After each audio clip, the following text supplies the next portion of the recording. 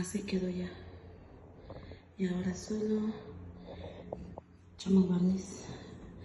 Ya después de lijado así quedó.